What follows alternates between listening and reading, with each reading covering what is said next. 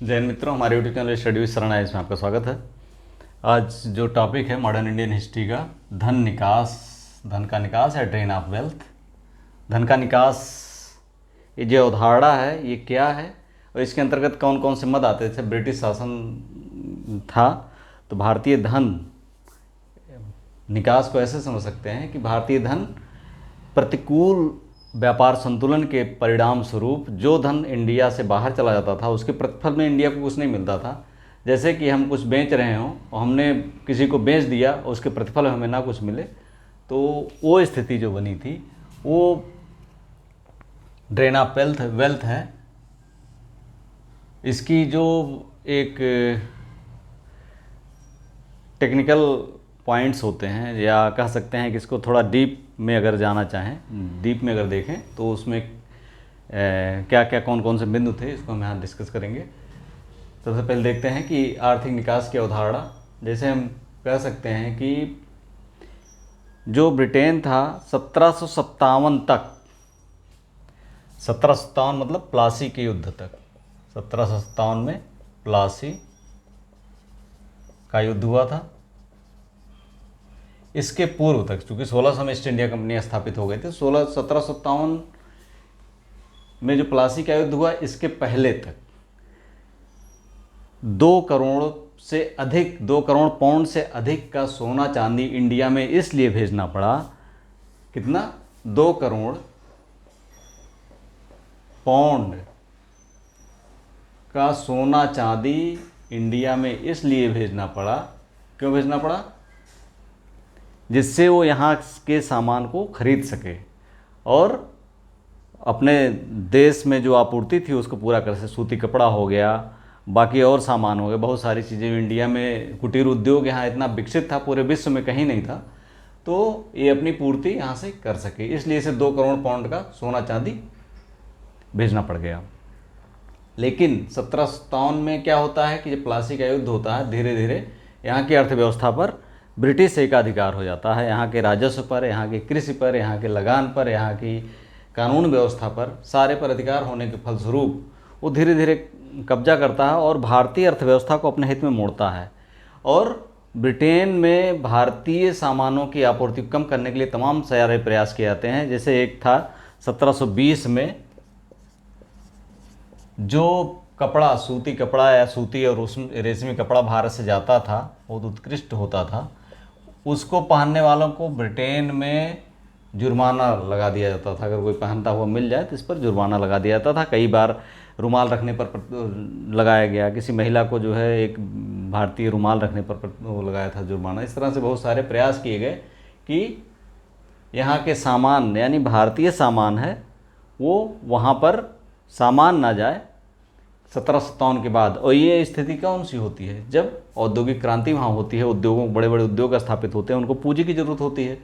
तो 1757 के बाद यहाँ से पूंजी, प्लासी की यहाँ भेजने की आवश्यकता ख़त्म हो जाती है और पूंजी यहाँ से लेना वो शुरू करते हैं। पूंजी वो कैसे प्राप्त करते हैं भारत से? जैसे हमने बताया ना, पूंजी 1757 के बाद उनको पूंजी मिलने लगती है। तो पहला तो भारतीय राजस्व पर कब्जा, भारतीय राजस्व पर कब्जा कर लेते हैं। जो भी राजस्व है, जबरन वसूली, लगान हाथ पर। एक बार हुआ था 1857 में, जो क्रांति की पहले स्थिति है, उत्तर प्रदेश किसी जगह पे कहा गया था कि वहाँ पर यहीं के अधिकारी ने कहा, उन्हीं के अधिकारी ने कहा कि यहाँ पर कुछ नहीं हुआ, लगान कैसे वसूलें, केवल घास ही उगी हुई है। तो उन्होंने कहा घास को बेच करके लगान वसूलो, लगान हमें चाहिए। तो ये स्थिति थी, लगान किसी हर हाल में चाहिए था। दूसरा, जो मंडी थी यहाँ की, मंडी और कुटीर उद्योग, इस पर भी उन्होंने कब्जा कर लिया।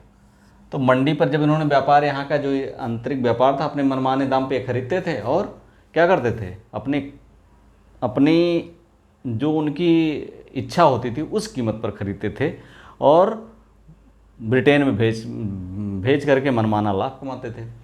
जैसे हम जानते हैं कि नील उद्योग, नील में गांधी जी ने चंपारण में किया था।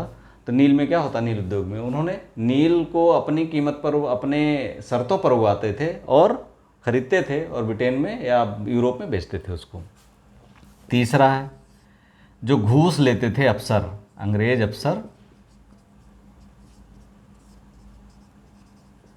अफसर घूस के रूप में बहुत पैसा प्राप्त करते थे, ये भी उनकी एक कमाई थी।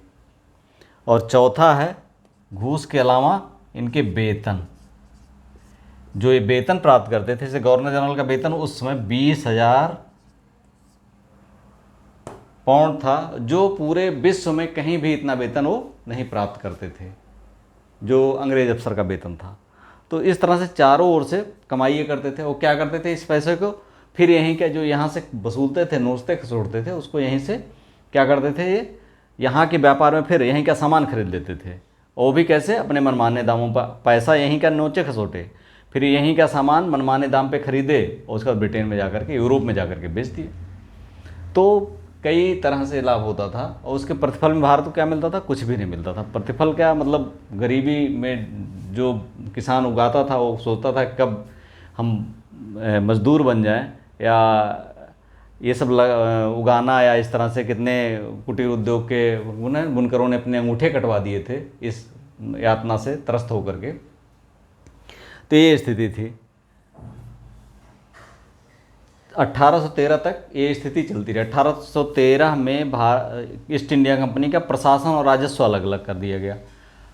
प्रशासन अलग कर दिया गया, राजस्व अलग कर दिया गया। अब राजस्व में अब वहाँ की संसद इसको रेगुलेट करने लगी, राजस्व को। तो अब जो आयात निर्यात होता था उसमें जो कह सकते हैं कि केवल शोषण था। यहाँ से कच्चा माल प्राप्त करते थे और वहाँ से क्या करते थे, यहाँ से कच्चा माल वहाँ से अपना सामान भेजते थे। अब स्थिति ये हो गई कि यहाँ के जो भी सामान थे, उद्योग थे, वो नष्ट होने लगे, क्योंकि तब तक उनके पास पूंजी हो गई, उद्योग हो गए उनके पास, सूती वस्त्र और कपड़ा उद्योग। और आगे के चरण में क्या करने शुरू कर दिए कि रेलवे लाइनों का विस्तार, सड़कों का विस्तार। इसलिए नहीं कि यहाँ पर विकास हो, इसलिए कि उनका जो सूती और रेशमी वस्त्र आ रहा था वो भारत के घर घर में पहुँचे, कोने कोने में पहुँचे, गरीब से गरीब व्यक्ति प्राप्त करे, और इनका जो यहाँ का कपड़ा था वो ना बिके, क्योंकि ये अब महंगा पड़ने लगा। क्योंकि फैक्ट्री का बना माल था, या हाथ से बना माल था, भले ही उत्कृष्ट था, लेकिन यहाँ पर वो सस्ता पड़ने लगा। गली गली में जब बिकने लगा उनका माल, तो जाहिर सी बात है कि यहाँ का उद्योग टूटने लगा। 1813 के बाद ये अप्रतिफल निर्यात की स्थिति फिर बन जाती है। आर्थिक निकास के तत्वों की अगर बात करें कि आर्थिक निकास के तत्व जो कह सकते हैं कि ये हुआ जो आर्थिक निकास की धारणा थी उसका है। आर्थिक निकास के अगर एक सटीक विश्लेषण किया जाए क्या क्या उसके अंतर्गत आता है, तो सबसे पहला है गृह व्यय। गृह व्यय के अंतर्गत भी बताते हैं क्या आता है। गृह व्यय की स्थिति देख लेते हैं। संपूर्ण राजस्व का 1857 से पूर्व संपूर्ण राजस्व का 10 से 13% था गृह व्यय, 1857 से पूर्व। 1857 से 1901 के बीच में 24% हो गया ये, और 1901 से 1902 में ये 1,73,60,000 पाउंड ये था। 1920-21 में संपूर्ण राजस्व का 40% हो गया। ये स्थिति थी गृह व्यय के अंतर्गत। गृह व्यय इतना जाता था, भारत के संपूर्ण राजस्व का 40% गृह व्यय के अंतर्गत जाता था। और गृह व्यय क्या था, आईएएस में एक बार पूछा गया है कि गृह व्यय के अंतर्गत कौन कौन से मद आते हैं। तो इसमें कौन कौन से मद आते हैं, जैसे ईआईसी लिखा है, ईस्ट इंडिया कंपनी के भागीदारों को लाभांश। ईस्ट इंडिया कंपनी के जो भागीदार थे उनको लाभांश जो मिलता था, वो ईस्ट इंडिया कंपनी जो विदेशों सार्वजनिक ऋण लिए थे उस पर जो लाभ दिया जाता था वो सैनिक और असैनिक व्यय जो होते थे वो भी गृह व्यय के अंतर्गत आते थे, और भंडार वस्तुओं की खरीद इसके अंतर्गत, ये गृह व्यय के अंतर्गत आता है। इतनी चीज़ें आती थी। आर्थिक निकास के तत्वों में 3 तत्व हैं, एक तो गृह व्यय है और दूसरा निवेश। जो यहाँ निवेश करते थे विदेशी कंपनियाँ, वो गारंटी पर करती थी, उनको जो है गारंटीड प्रतिफल देना पड़ता था। और यहाँ बैंक, इंश्योरेंस और नौवहन कंपनियाँ थीं। अब ईआईसी ईस्ट इंडिया कंपनी के भागीदारों को जो लाभांश दिया जाता था 1874 तक 6,30,000 पाउंड, 6,30,000 पाउंड जो है वार्षिक था।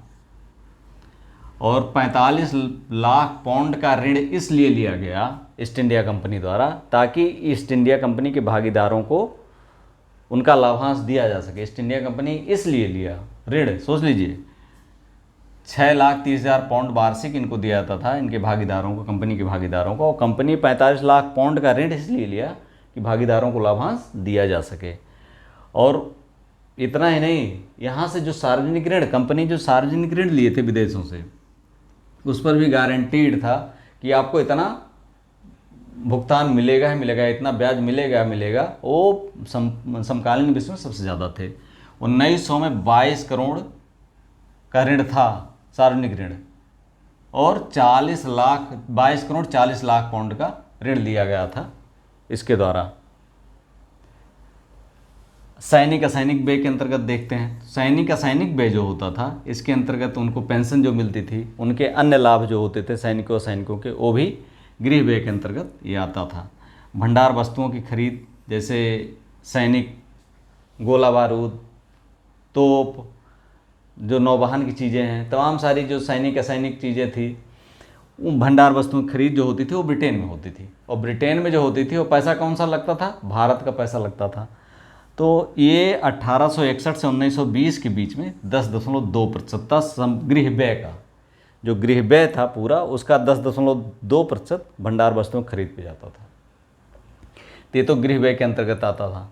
इसके बाद जो उस पर यहाँ निवेश होता था, जैसे रेलवे हुआ, सड़क हुआ, फैक्ट्रियाँ लगानी हुई, या कच्चे माल के लिए जो उनका सिस्टम बनाना हुआ, तो उसके लिए क्या करते थे ये कि रेलवे मान लिया इन्होंने बनाया, तो रेलवे बनाने के लिए इन्होंने विदेशी भागीदारों को आमंत्रित किया। तो वो तो ऐसे आएंगे नहीं, यहाँ का कानून व्यवस्था, यहाँ भाई उनकी अपनी जगह है, अपने घर में, यहाँ क्यों लगाएंगे पैसा? तो उनको लालच दिया गया कि आपको गारंटीड लाभ मिलेगा, मतलब आपको हानि नहीं होनी है। हम रेलवे घाटे में जाए, मुनाफे में जाए, उससे मतलब नहीं है, आपको गारंटीड लाभ मिलेगा। सड़क बनी, इसी तरह सड़क में जो लगाया गया पैसा, वो भी इसलिए नहीं लगाया गया कि ये भारत का विकास करेगा। क्यों लगाया गया? क्योंकि जो औद्योगिकरण के पश्चात जो माल इंग्लैंड का आ रहा था, वो कहाँ जाएगा? वो पूरे भारत के कोने कोने में कैसे फैलेगा? कैसे फैलेगा? रेलवे और सड़क के द्वारा। और इसने जो है, रेलवे ने भारत के चरखा उद्योग की खड्डी तोड़ दिया, बुनकरों की खड्डी इसने तोड़ दी। जो वहाँ का बुना हुआ सूती कपड़ा था, या जो भी रेशमी कपड़ा था, जो भी बुने हुए कपड़े आते थे, वो बहुत सस्ते होते थे और भारत के कोने कोने में मिलने लगे। इससे भारतीय कुटीर उद्योग नष्ट हो गया। ब्रिटेन में था, यहाँ की पूंजी गई, वहाँ का कुटीर उद्योग नष्ट हुआ। पूरे विश्व में स्थितियाँ बनी औद्योगिकरण के चरण में, तो वहाँ की बनी, लेकिन वहाँ पर क्या हुआ? उद्योगों का विकास हो गया। लेकिन भारत में क्या हुआ? भारत में उद्योगों का नाश हुआ। कुटीर उद्योग था, वो भी नष्ट हो गया, उसकी जगह पर नए उद्योगों का विकास नहीं हुआ, पूंजी अलग से चली गई। सड़कों का भी इसी कारण से विकास हुआ, परिवहन का विकास इसीलिए हुआ। हालांकि बाद में इसी रेलवे और सड़क का उपयोग क्रांतिकारियों ने उठाया और देश के नेताओं ने उठाया, और उसी के सहारे उन्होंने अपना मिशन प्राप्त किया, भारत को आज़ाद कराया। लेकिन उस समय रेलवे और सड़क ने क्या किया? भारत की कमर तोड़ने में भरपूर सहायता की। बैंक, इंश्योरेंस और नौवहन में जो खर्चे होते थे, जैसे बैंक, इंश्योरेंस कंपनियां, नौवहन, ये इनका ब्रिटेन की कंपनियों का एक अधिकार था। कर्ज देना हो विदेशों को मिलता था, इंश्योरेंस के लिए विदेशों। और सबसे बड़ा नुकसान ये हुआ कि भारतीय कंपनियां डेवलप नहीं हुई।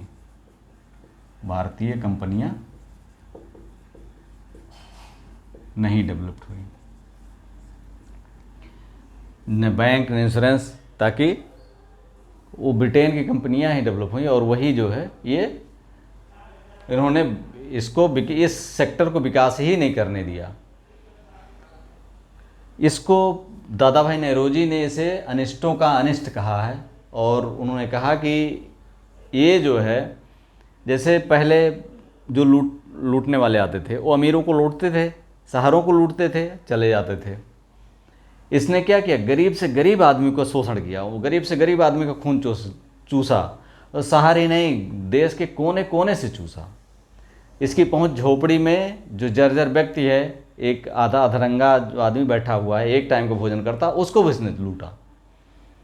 और उस लूट का कुछ परसेंट बाकी और लुटेरे या यहीं बसे और जो है या जो जिन्होंने लूट भारतीय क्षेत्र पर कब्जा किया, उन्होंने यहाँ का पैसा यहीं लगाया, लेकिन ये पूरा पूरा पैसा बाहर चला गया। नैतिक निकास एक शब्द दादा भाई नेहरू जी ने यूज किया है, तो उसका ये है कि इन भारतीयों को उच्च पदों से बाहर रख करके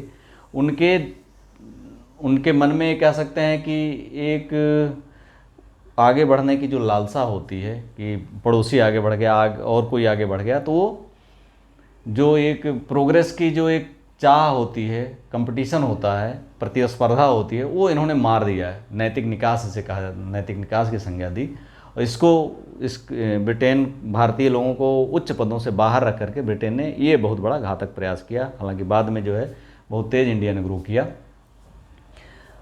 आर्थिक निकास के तत्व आशा है कि आप लोग अच्छे से समझ गए होंगे। वीडियो अच्छा लगा हो तो लाइक, सब्सक्राइब एंड शेयर। इसी तरह से बेहतरीन वीडियो देखने के लिए लगातार आप हमारे चैनल पर बने रहें और सब्सक्राइब करें। Thank you for watching.